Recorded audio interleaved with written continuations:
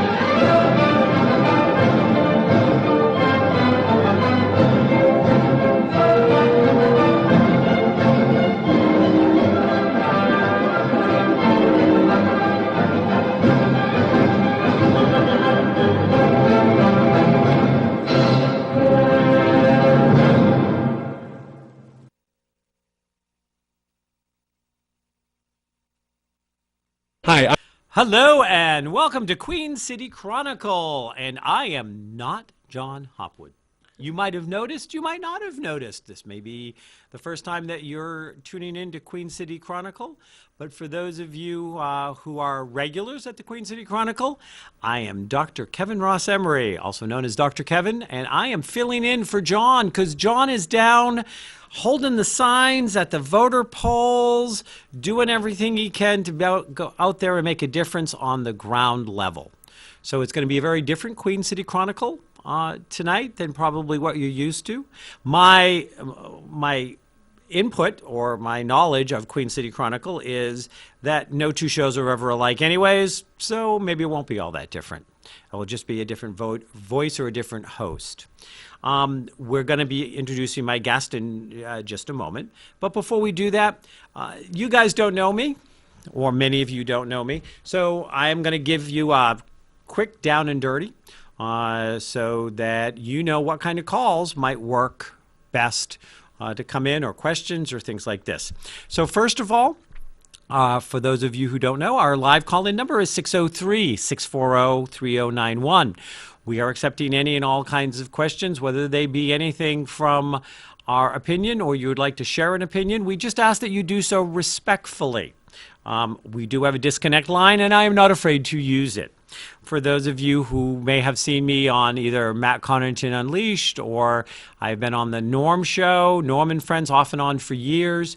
I also have my own show. Actually, I have two shows. One is called Web of Light, that shoots out of the Hudson Public Access System, and Dragons, Unicorns, and Other Creative Creatures.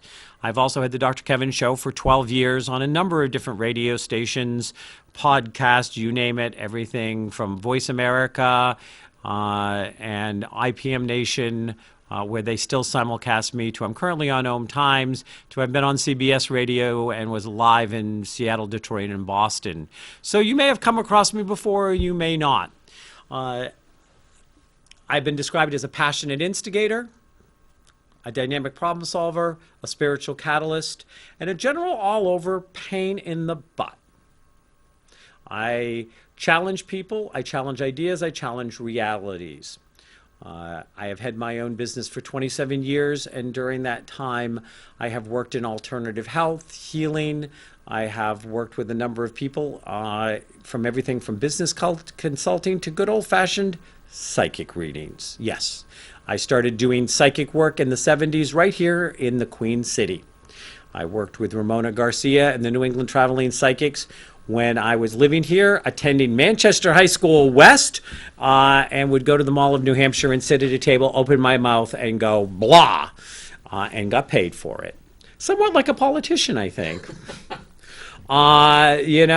In my case, I would be either talking to dead people or talk about things going on in the body or from a past life. It all kind of depended. The Queen City, a lot of people don't realize this, actually was very big at the turn of from the 19th to the 20th century. For those of you who get confused, like I can sometimes, we're talking the late 1800s into the early 1900s, was a hotbed of spiritualism underneath all of that proper Catholicism that went on here in the Queen City. Not that the Queen City was ever just strictly Catholic, but there was definitely a time when it was predominantly. And I have an incoming call already. And hello. Hello, are you there? Yeah, I'm here. So you're calling in, and Excuse me. Yep.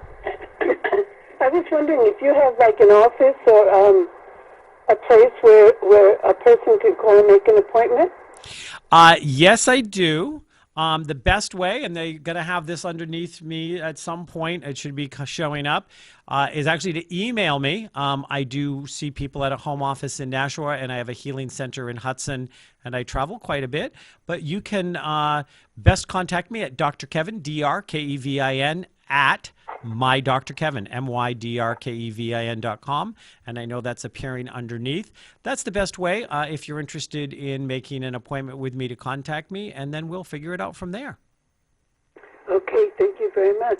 You're welcome. Did you have any other questions? No, I'd rather keep it private. Well, I understand that, and that's perfectly okay. You have a great night, ma'am. Thank you. You do the same. Okay. Bye-bye. Well, that was unexpected. Right.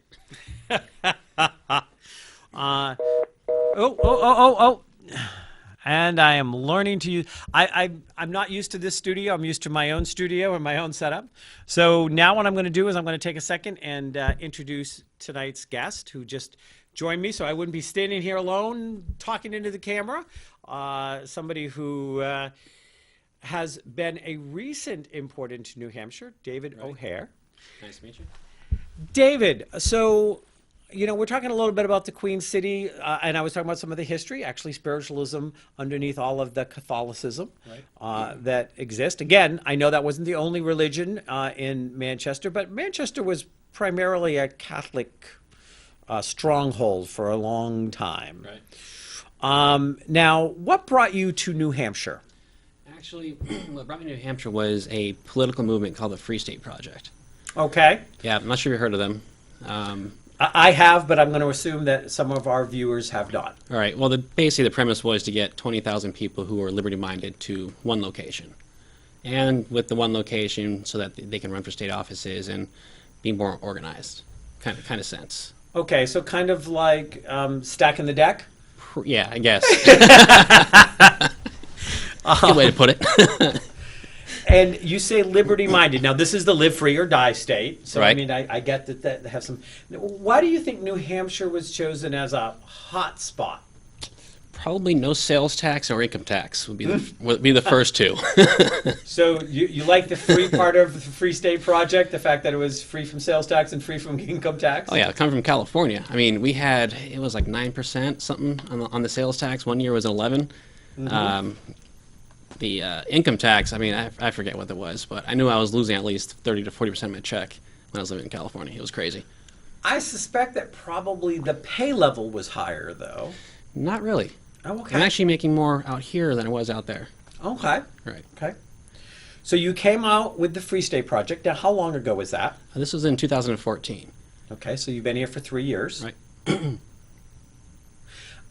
And so I'm very, we have all of these mythos that run around about what it is to be a Californian, what it is to Right. be. Now, it's interesting because I still say, and I was born in Maine and spent part of my growing up in Maine and the rest of my growing up in New Hampshire, and I still refer to it as New Englander. Right. Even though that's 6 individual states. There's a whole bunch of mythos. What was the biggest thing that surprised you when you moved to New Hampshire that wasn't the urban myth about being a New Englander or a New Hampshire person? Urban myth. I'm not sure if I really knew of any urban myths. What did you think living in New England would be like before you ever came? Before I ever came, well, honestly, I didn't really have an idea of what it was going to be like because when I made the decision to move, I was going through college. I was still, I would say, fairly young in my choice on what I wanted to do in life. And you're so old now. Yeah, go Yes, ahead. I'm so old. I'm only 32. But it's the moving across the country has given me a lot of, I guess, different insight on what's happened with my life and whatnot. And I guess what was it? What was the original question was like, what's the urban myth that I was? Well, people think, you go to California and it's the land of, milk and honey, Which is or not. it's all Hollywood, or, and from someone who's lived all over the country, Right. and even in different parts of the world. There's this thing about what it is to be New England or what a New Englander is. I don't really think I had any kind of mindset on that. Okay. On what it was going to be like. All I knew is it's going to be cold and snow. Okay. Which I hear that 2014 was one of the worst snowstorms you guys had in the last 10 years or something like that. I don't know. This weather is actually pretty. It's all over the place for me. I would say. I mean, the first year in 2014 was crazy snow, and then the next year was kind of mild, and then this year it's like, can it pick its mind? Yeah. Well, I'm trying to think because, yeah, I hadn't moved back yet because I was living in Phoenix for that crazy bad winter here. Oh, okay.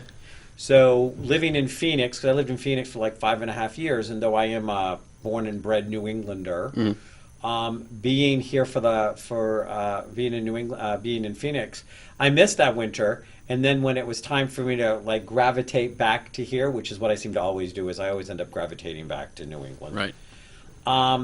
Sooner or later, I got the mildest, like one of the mildest winters I had in years. Mm-hmm. I say it was my agreement with God, actually. Okay. Okay, because when I came back here, I had an offer to do some consulting work. I had a lot of friends here. I wasn't planning on spending the winter. Mm-hmm. For among other reasons, because I have a Mustang convertible and it doesn't like getting its hoofs cold and wet and snowy. But I got very strong messages that I needed to stay, and I said, okay, God, if you need me to stay in New England for the winter, you better make it a mild winter.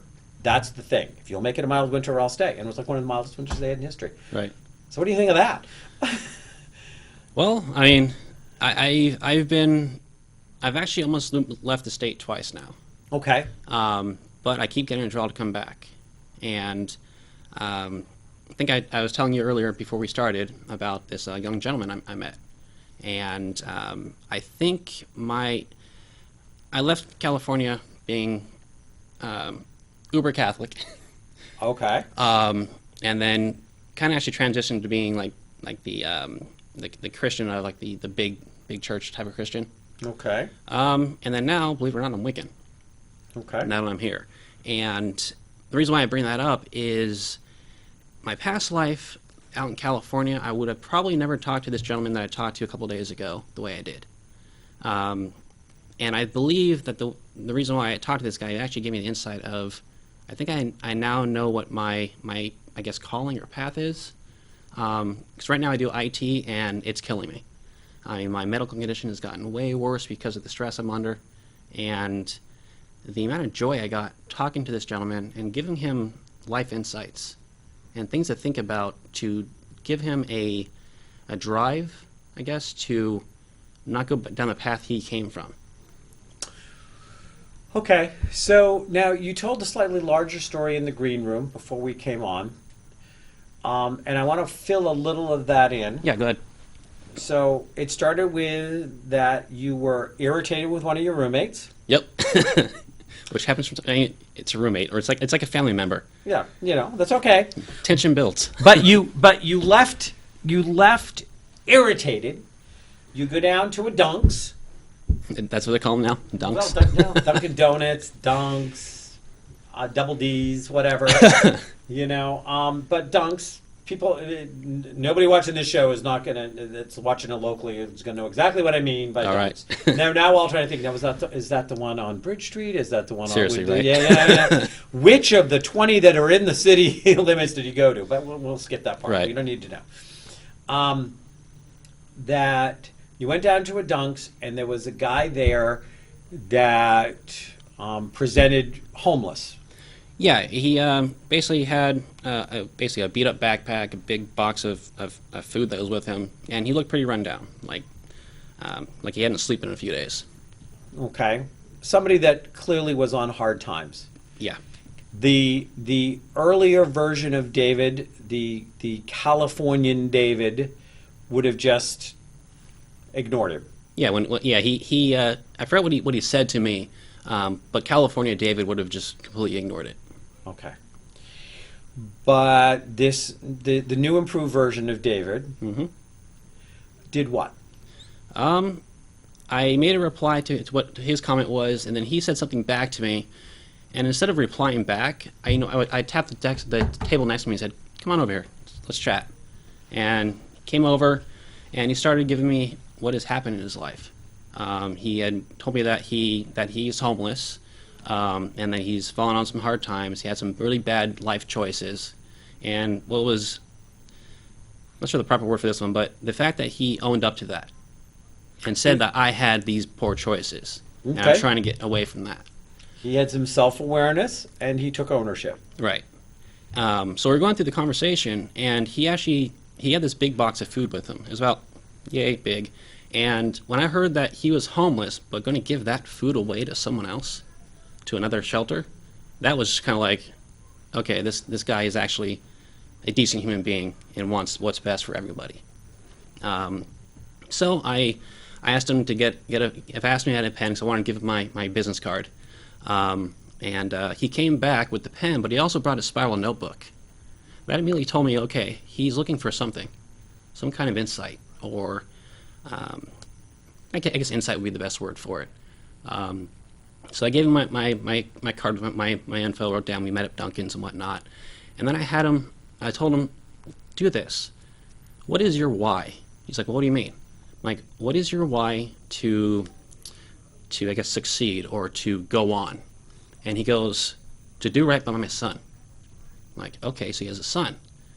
And he started telling me about his son. He was 4 years old. I didn't go too far into his son's life and whatnot, where he was, but he told me that he was the father. He was on his way to his, I think his sisters or his cousins, just to have a place to sleep.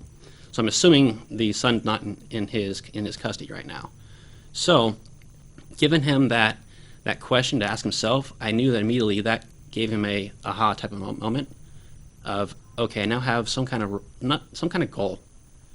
So, and who first asked you what your why was? Believe it or not,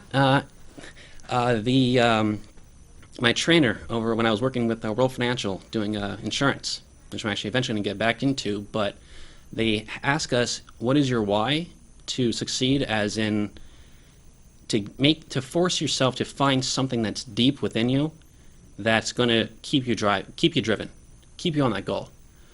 The problem, though, what I've seen with my own experience is, even though we ask that deep question, we find the answer, we get distracted and we let it go on the wayside. Well, and I'm going to say, at the beginning, and you and I have obviously interacted on numerous times, but at my primary practice for 27 years has been as a spiritual coach, counselor, catalyst, working with people. And so what I'd like to illuminate here is it's good to know the why, but we also have to understand the why not. Explain. It's the why not. It's the things, the incorrect belief systems we have about ourselves or our life, our capability, what is possible, what is impossible. It is the limitations that we were given. And so oftentimes, a lot of times people can give you a why, but not succeed because they never looked at how do I get rid of the why nots. Oftentimes we talk about that, we will do things to move towards pleasure and away from pain. But the bottom line is, oftentimes we engage in pleasure to avoid pain. But it doesn't make the pain go away. Right. We haven't really gone through it. There is no such thing as an emotion that cannot change us in a positive way. Okay. So even if an emotion is one we would prefer not to have had, even if an experience is one we would have chosen not to have had, the best way to choose in the future to not have it again is to fully embrace it, to fully feel it, to fully understand it, to integrate it, to take experience and move it into knowing and wisdom. There's an ancient Buddhist saying, and it used to be on the bottom of all my emails, letterhead, because I'm dating myself now, by stationery, and it was the Buddhist saying, to know and not to do is not to know. And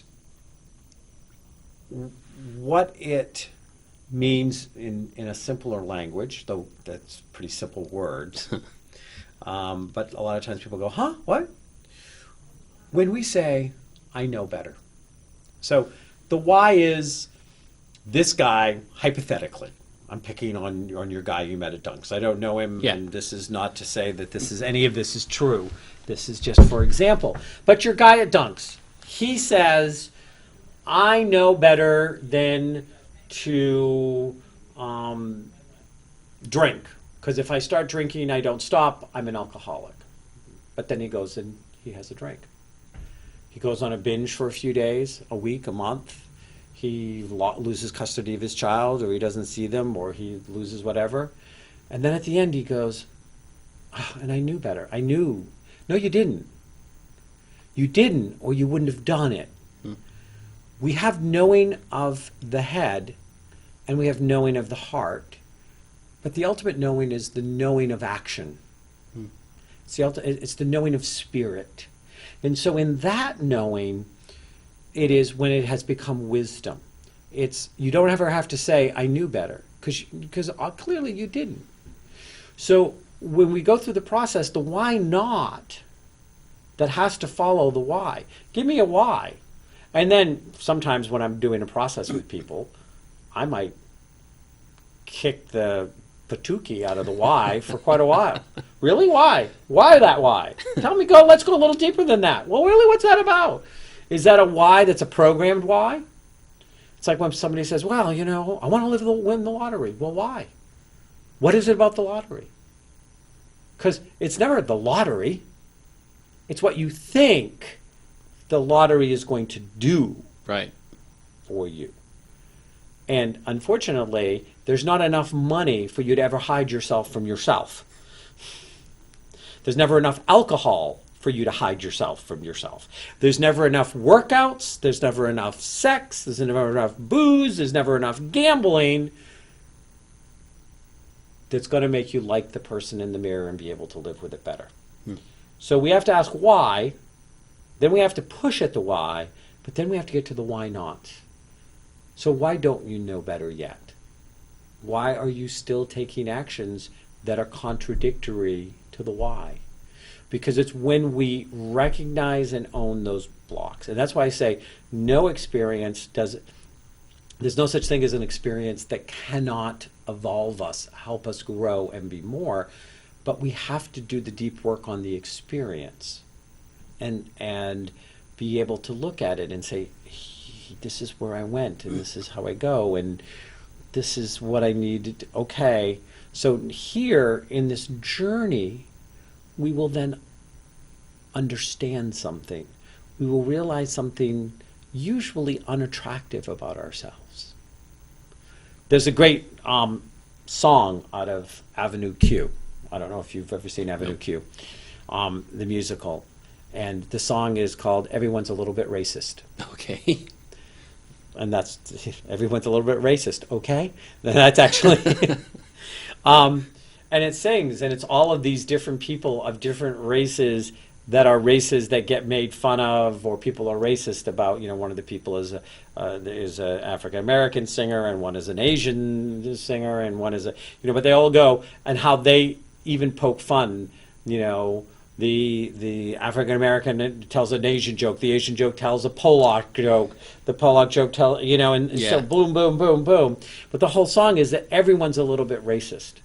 And what it is everybody has been installed with some set of thought processes that are judgmental, bigoted to some degree, that somehow is you taking on somebody else's crap and then spitting it out like it's yours.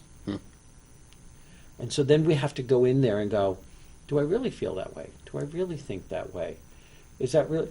Because a lot of times we say all the right things and do all the wrong actions. So like saying, I can't think of the term now. It's hypocrite. Well, hypocrite, but the live as you. I can't think of it right now. It's gone.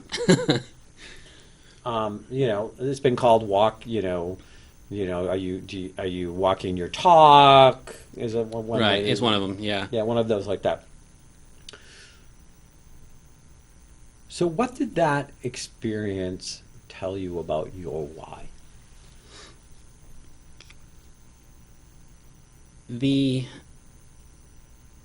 His reaction and seeing him go from a position of my life is over essentially to one of okay, I think I have, not saying I think I have, but his demeanor completely changed from when he came over to after I went over those questions with him and found out that what he told me his why is going to be is to do right by his son. So then I asked him, okay, to get to that goal, what do you need to do to get there? To do right by your son, what do you need to do? So I had him write down all these questions on his little notepad and whatnot. But what I felt out of it was the fact that I was able to get him to go from this man who was probably looking at life as it can end already, to I have a son and I need to do right by him. Having that, seeing that reaction and knowing that I caused that brought me a lot of joy. It took me from being, when I left the house, severely ticked off to I'm not even focusing on that anymore. I'm now focused on this guy and doing what I can to get him and turn his life around.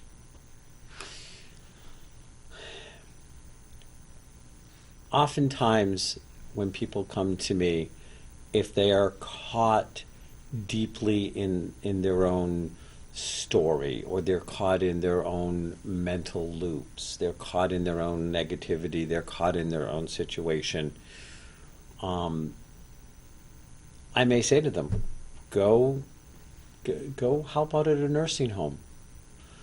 Go to the local SPCA and take a dog for a walk.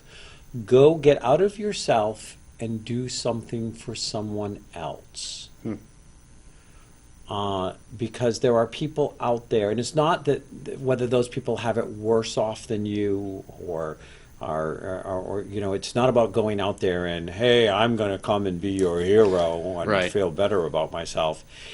It is about doing that, and we have an incoming call. Sweet. But it's about doing that that brings out the best in us. Right. Hello, and welcome to Queen City Chronicle tonight with Dr. Kevin. Who do I have on the line? Ooh, I think I dialed the wrong number. I'm sorry. Oh, I was looking for Mary. okay. Well, we're the Queen City Chronicle, but we have no Mary here tonight. All right, I'm sorry. It's okay. Have a good night. Sorry. Bye-bye. Bye. Oh, well. So, okay, make sure I did that. Nope. Ooh, off. There we go. I wanted to make sure I did that right. I'm still trying to figure out how to work the phones. So it is when we feel better about ourselves, whether it's that we've, helped somebody feel better about themselves, or even opened a door, or helped bring a smile, or say hello to somebody and they respond, and you pick up, you never know when you may have been a defining factor in somebody's life. And it's all about getting outside of our own little inner torture chamber. All right. Okay, making that movement. So this tells you that part of your why has not to do so much with IT, but with the game of people. Right. What do you think that looks like? Do you have any idea? This is still fairly new. Like what, the game of people? Yeah, so how are you going to do this? I mean, there's a lot of ways to work with people. Dunks is hiring. Actually, Somewhere, I'm sure. Actually, before I left California, I was a fully insured insurance agent. And I was actually working to get my certifications to be a Series 6 licensed financial advisor. Yep. Been there, done that. But being in someone's home and basically going over their life with them and trying to give them recommendations and whatnot, and having someone actually listen to you and validate that what you're telling them is actually a good idea was pretty cool. Right now I'm kind of in between, stuck with IT and trying to get out of it, but as far as what my next step is after the talk to this guy, not sure yet. I need to do a little more meditating and see what my next path is, but also to see what are out there for possibilities. Like, for example, we barely know each other, but I'm going to be coming over more often, and I'm hoping that having your experiences and you telling and kind of giving me a guiding hand will help me find where I need to go. I mean, I'm only 32, so I got a long way to go. Trust me, I've told a lot of people where to go.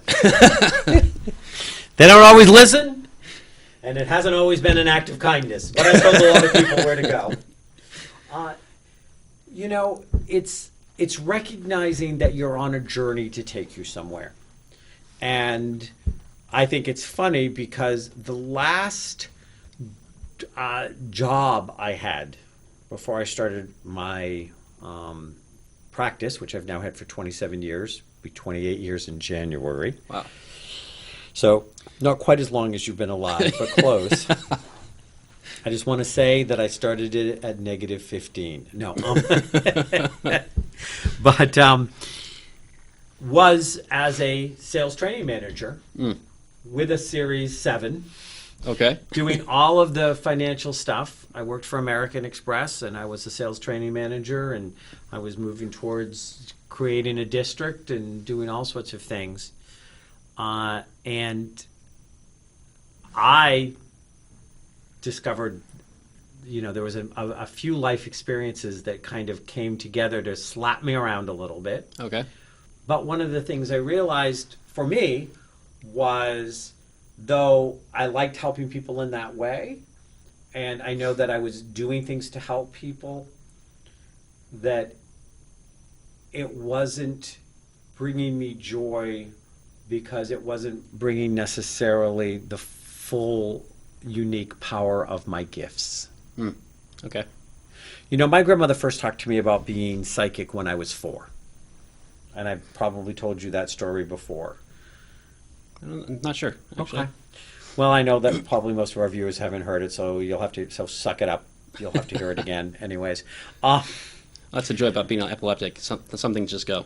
Yeah, yeah. Well, you know, and I'm kind of, I am a very interesting spiritual person because, as I have been called in the past, I'm probably the most pragmatic, practical spiritual person you'll ever meet. All right. So, I keep it real. So anyway, so when I was 4, I played a game with my grandmother. I told her what she looked like when she was my age, the name of her best friend, how she wore her hair, and then I danced around the kitchen and I sang them the song that they used to sing when they played together. And my grandmother sat me down and said, Kevin, you have a gift, and it's a gift from God. But people will tell you that it's bad, or that it's wrong, or that they don't believe you. But as long as you know it's a gift from God, everything will be okay. And it was, and my grandmother wanted to make sure I was 4 years old, that, you know, I mean, I was almost 5, but I was still 4 years old, that would have some kind of meaning to me. Right. And so she gave me not 1, but 2 hot homemade chocolate donuts and my own plate of sugar. Which I was so fond of that I still have those donuts till today. I got one here and one here. But I knew I did something really special. And I held on to that because I also knew that somehow special was going to get me in trouble. Okay. And it did through a great deal of my childhood. But when I came to the point where I was having a conversation with God, in the parking lot of the Unitarian Universalist Church in Norfolk, Virginia, that there wasn't any joy in my life, and that my life was about joy. And I heard my grandmother's voice reminding me about having this gift. And I knew it was time to come back home. And for me, coming home was coming back to being fully who I was.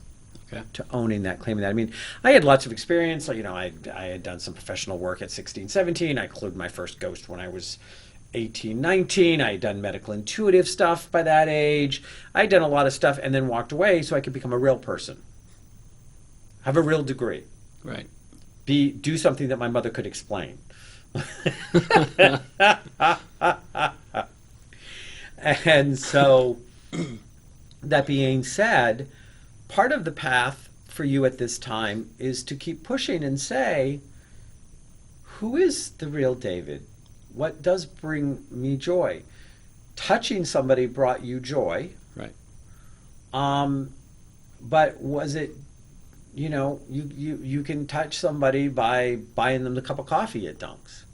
So there was also part of that joy that was about the interaction. Yes. And communicating and inspiring and motivating. I think that right there, the inspiration and motivation I saw that I gave him was, I think, what touched me the most. Okay. So so you have some pieces for that puzzle.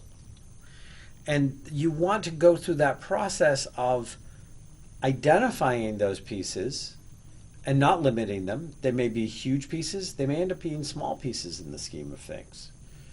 But as you are starting to figure out not your why so much as, but who am I? That's part of the path for you now, David. Right. And on that one, on who am I, I've actually been doing a lot of meditation, probably in the last, I don't know, at least 6 months now. I feel that more recently, my meditations are, I can feel a lot more centered. And it feels like I'm able to now pick up on energies around me. Okay. Which I'm finding that pretty sweet.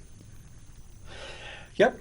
And you came to a Reiki share that Jeff did. and you did some energy work on me. Mm-hmm. And definitely you have some talents in that direction as well. And one of the things I want to say to our listeners is, there are a lot of different teachers out there. There's a lot of different systems. We were talking in the green room. I briefly said something about I'm going to be teaching a Wei Chi 1. And Wei Chi is one of my great teachers. One of the things that I always took and shared was all structure was created to transcend. Okay. However, one cannot transcend what one does not have. And so as you start to look at this, you may be drawn to do a Reiki training or a Wei Chi 1 training or a healing touch, or you may be drawn. There's a number of things you may be drawn to do, but remember that they are never endings. They're only ever beginnings. Okay. They're only ever, okay, so here is a tool on my tool belt, and now I have to figure out what my unique play out of that tool is. I can give one person a hammer, and they can put a nail in a wall. I can give another person a hammer, and they can build a house. I can give a third person a hammer, and they can put a hole in the wall and miss the nail altogether. They all still swung a hammer. Right. But it's how they swung it. And then the person that can swing a hammer and also use a screwdriver and a level and a table saw can do a whole lot more than the person that only has the hammer. Right. So, part of your journey now is to poke around. See what calls your name. See who calls your name. You should see the books I have at home. Jenny likes to joke at me because she goes, yeah, and then David took a little bit from this section and then a little bit from this section and over here, something from here. I was going through all the different variations of the connection to the divine. One was the Kabbalah and the angel path. And I was going through that, and I found some key points that I liked in that, but it didn't feel like it was me. Mm-hmm. So I moved along. And now that move along is now I'm doing these deep meditations, but now I'm at another, okay, where do I go next from here? I mean, I've only been probably 2 years now on a life of being Catholic and Christian for the last 30. Mm-hmm. So I'm on a new path, and it's wide open, and there are no real road signs yet. Yeah, and you have to also be able to recognize the road signs. There's a great story, and it's come up a few times lately, and I'm going to share it, and maybe you've heard it before, and maybe you haven't, but there was an old man, and he's at a house, and it's raining, and it's flooding. And the old man, who is very religious, says, God save me. Mm-hmm. And the policemen come up and say, oh man, we need you to get you out of here. This place is going to flood. And he goes, no, I believe in God. God's going to save me. And a few more hours pass, and the waters get a little higher, and the firemen come and they say, old man, come. We're here to, this place is going to flood. No, I'm a religious man. I'm a faithful man. God's going to save me. A few more hours pass. They come in a lifeboat. The water's up to the second floor. He's hanging out the window. Old man, you got to come with us now, or we're not going to be able to save you. And he says, no. I'm a religious man. God will save me. And then he drowns. And he goes up to heaven and he goes, God, I left my whole life for you, and I am a religious man. And why did you not save me? And God said, I sent you policemen, I sent you firemen, and I sent you a boat. What more did you want me to do? I've heard that one. Yeah. But you want to keep that in mind as you look and say, Spirit, God, again, God, Goddess, Allah, Buddha, the great pumpkin, I don't care what you call it. I think that we tend to, as humans, like to try to avoid doing the hard work and the real work by fighting over, whose religion is, we have religious, I can't use that term on TV, but a religious contest with my religion's better than you, my God's better than you. Right. But with that, you have to look and say, the right people will show up, but I have to understand what they're the right people for. Right. And the right opportunities will show up, but I have to recognize what they mean to me. I always caution people, especially on my own show, my viewers, to make sure you never give your power away to any spiritual belief system, to any teacher. You never want to give it away to a policeman, a lawyer, a judge. You don't want to ever give your power away to anyone. Now, when you say give your power away, what are you referring to? That letting somebody else tell you who you are, Okay. instead of assist you in finding it out for yourself, telling you somebody that there is the way, the only way, the one way, and that you have to be on their way, your way, their way or their highway. And you know where the highway goes, right? Pack a bathing suit, it's warm. Those are the kind of threats to keep a much younger version of humanity that didn't know any better in place.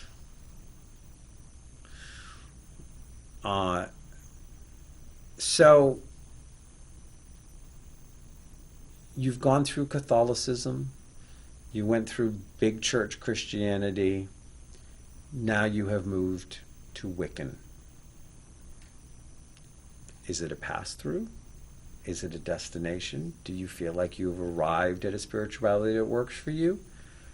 I want to say arrived, but on the correct path. No longer going this way. I've finally gone this way. Okay. How would you define the difference between, and maybe you can't, you're new on this, so I'm Right. not trying to set you up. Really, I'm You not. sure? Nah! David, did I do that? Not me. So, what's the difference between Wiccan and pagan for you? No, actually, that's a good point. This is where Wiccan was the best name to call it, I guess. But for the most part, I would say my connection to the divine and my understanding of the divine. Okay. Right now, I would consider myself on my own path and discovering as I go and learning. For example, with the like the meditation and whatnot, I would constantly refer to the example of a baby learning how to walk. It has the legs, but doesn't know how to use them yet. Where with meditation, I have all the equipment up there to communicate with the divine and make those connections. I just don't know how to use them yet. And that's what I feel like when I'm doing the meditations. I feel like I'm getting stronger on how deep those meditations are. One thing that has actually been happening recently is if I'm in a comfortable state, my body will just go into meditation, which is pretty sweet. Yeah.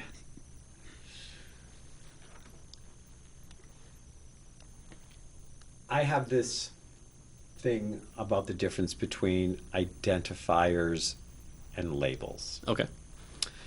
An identifier is giving you a piece of information in which you can better interact with a person or with the information or whatever it is you're trying to interact with. Mm-hmm. A label then moves somebody into a box. I say this because, I have several books out on ADD and ADHD, and I've done a lot of work around ADD and ADHD for the last 18 years now. And I refuse to use ADD or ADHD as a label when I'm dealing with children or adults.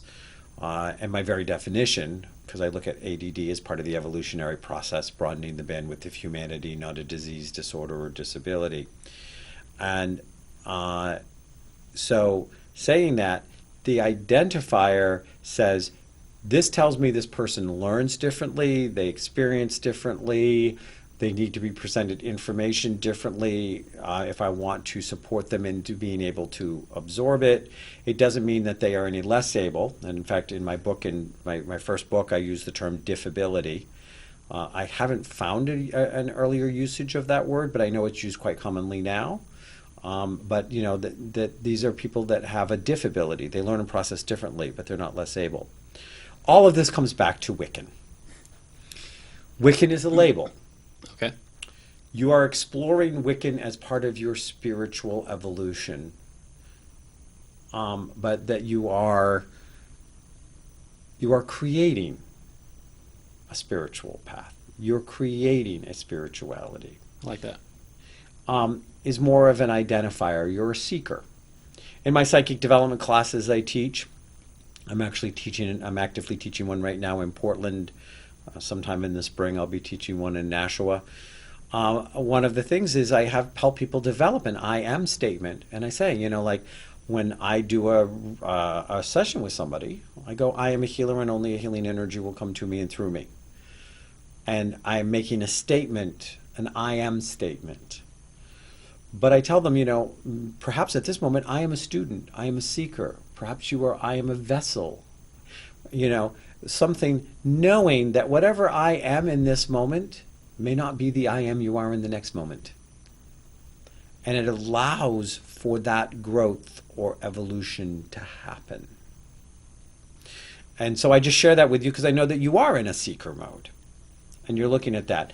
And the funny thing is as soon as you say, I'm Wiccan, there are certain labels, certain walls, certain assumptions people will want to put around you. I used to identify, I was raised Unitarian Universalist. So we didn't do a lot of it wasn't a Christian, quote unquote, Christian religion. Right. Though it's a main religion, people don't actually always identify that. It kind of slips by somehow. It's a great UU church right here in Manchester. But it's open to a lot of different ideologies and spiritualities and things like that, depending on the congregation in this case. But I used to also identify as agnostic. And in fact, I had a famous battle with the school system right here in Manchester when I was in high school because they kept on calling me an atheist. And I kept on saying I'm an agnostic, and they didn't know the difference. And I was very irritated because I was fighting with principals and vice principals and school teachers, and they just didn't get that there was a difference. Right. Strictly, an agnostic is someone who says, I don't know that I believe in a God. I don't know if I do or I don't, but I'm basically checking it out. I went from agnostic to identifying, if I was going to go beyond Unitarian Universalist, more with I'm kind of a deist, which is more of an undefined God. Okay. And it's saying that in deism that there is God in all things, but I'm kind of figuring out what that is. It's not one way, gotta bend on the right knee, bend on the left knee, I walk the rosary, ask for forgiveness, God. It's not drink some dead person's blood, God. It's not, it's the deist. And a lot of our founding fathers were deist. Deism, there was a very strong deist at that time. In fact, I always find it amusing, especially when people say, well, we were founded as a Christian nation. Well, actually, no, we weren't. Actually, a lot of the founding fathers thought that Christians were kooks and specifically did not want and stated in numerous ways that we were anything but a Christian nation. That makes sense for the First Amendment. Yeah. Well, Christianity was accepted as all things were accepted, right. Not in the exclusion of things. It wasn't exclusively anything. But so there's a lot of terms out there. Some people might consider a deist pagan. Some people would definitely consider a Wiccan pagan. Pagan has this kind of loose. It's almost like, well, if you don't fall in any of the other ones, you can just say pagan thing. But there are certain things. So along your way, feel free. Grab deist, grab pagan, grab agnostic, grab whatever works, or don't grab anything at all. Right. Doesn't have to be. Certainly doesn't have to be labeled. Right. I know we've only got about 5 minutes left. Oh, wow, it's been that. Wow. What? It's been that quick. Goes by very quick. So, you're staying in New Hampshire. This is Yep. home for you. This is home for me. Even though I'm repeatedly asked by family and friends to come home because of my epilepsy, I'm like, no, this is my home now. What is your epilepsy trying to teach you?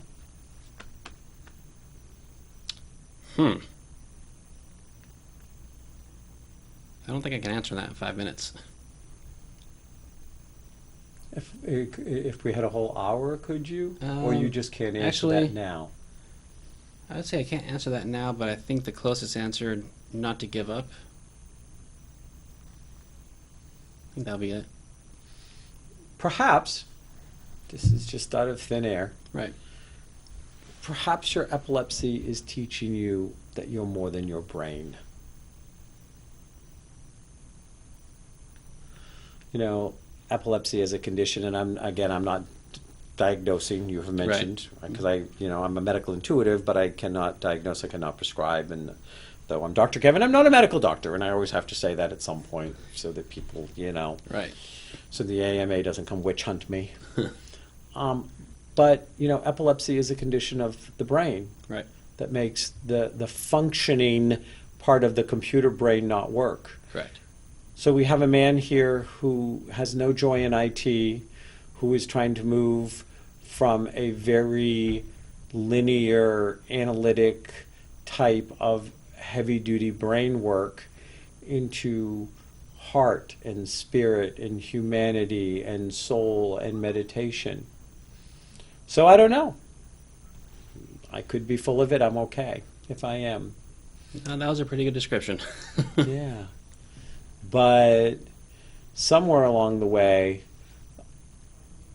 you may find the more that you embrace that you are so much more than the functioning of your brain, that you may find it will shift and change what it's there to teach you. Right. Never shortchange a miracle, and never let anyone else define what is possible or impossible. On my show, a lot of times we talk about that there are two kinds of MDs. There are MDs that are minor deities. You bow at their altar, you do what they say. If they say die by Friday, you better die by Friday, because they got a golf game on Saturday and they need to sign that certificate Friday at 4. And you just best better do it. And then you have MDs that are managing directors that say, I'm here to work with you as a guide in your healthcare process.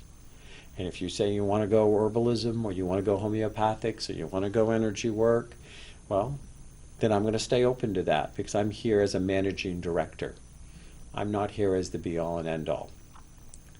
So my last set of words for you as we're closing down today is, don't let anybody else's definition of epilepsy, what it can and can't do, how long it can and can't last, or that whether it can or can't just disappear the same day that it came, in the same way that it came. Don't let anybody define that, because your brain, if it gives its power away, will create their reality instead of yours. You have been watching Queen City Chronicles. I am not John Hopwood. I'm Dr. Kevin. You can reach me at drkevin at mydrkevin.com. I know that's been at the bottom of the thing. You can also tune in and see if you go. I am on Web of Light and Dragons, Unicorns, and Other Creative Creatures, which is through the Hudson Public Access System. You can go to YouTube, put in Dr. Kevin and Web of Light or Dragons and Unicorns, and you can watch all of my other weekly shows. I want to thank David for coming. Thanks for having me. Yeah, and being a guinea pig for me here on Queen City Chronicle. Next week we'll be back with John Hopwood, though I hear a rumor that you may be seeing me again. So if I pop up on your screen one of these weeks, now you know the kind of questions you can ask me and the kind of things that I may be able to help you with. Hopefully, maybe I've helped you today. Well, I do want to take your classes, so Okay. if not today, soon. Soon. So go out there, be the world. Don't be the change that you want the world to be. Be the world. You are the world. And the world will respond to you or react to you depending on how you are in the world. So figure it out, be yourself, and don't let anybody else tell you that being you is not who you're supposed to be. Namaste.